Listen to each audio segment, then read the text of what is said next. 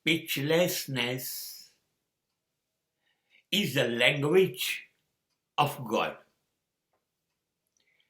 શબ્દ શૂન્યતા એ ઈશ્વરની ભાષા છે. ઈશ્વરની જો કોઈ ભાષા હોય તો એ શબ્દમાં નથી, ભાવોમાં છે, લાગણીઓમાં છે.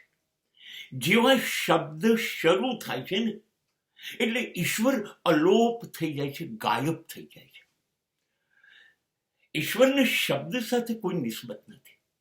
જ્યારે શબ્દ શૂન્ય થાય ત્યારે એક સન્નાટો પ્રગટે છે અને એ સન્નાટામાંથી એક સંગીત પ્રગટે છે જેની અંદર દિવ્યતાની અનુભૂતિ હોવાને કારણે ઈશ્વર ડૂબી જાય છે, તમારી નજીક આવે છે.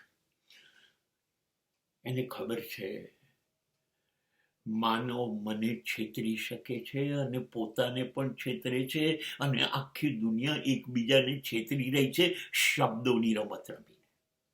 શબ્દો પોલા છે, ખોખલા છે, દગાબાજ છે. શબ્દોની માયા જાળમાં માનવ જાત ડૂબી ગઈ છે, પોતે છેતરાઈ ગઈ છે અને છેતરતી રહે છે. શબ્દોથી અસ્તિત્વ ખૂબ દૂર છે, એને આપણી સાથે કોઈ નિસ્બત નથી.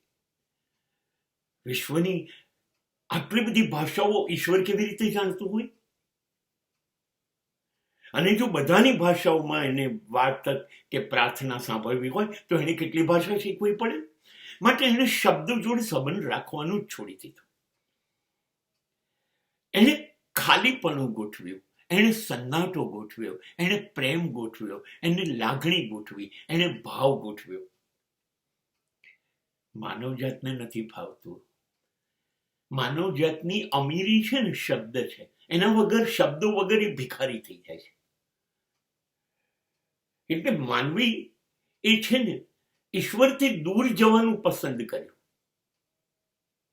ભલે, પણ અમારે તો શબ્દોની દિવાળી ઉજવવી છે. ભલે પછી શબ્દો અમારા જીવનમાં હોળીનું સર્જન કરે તો વાંધો નહીં, પણ અમે શબ્દો વગર નહીં રહી શકીએ. એટલે તો આપણે કોઈની જોડે બોલવા માટે શબ્દો વાપરીએ એવું નહીં.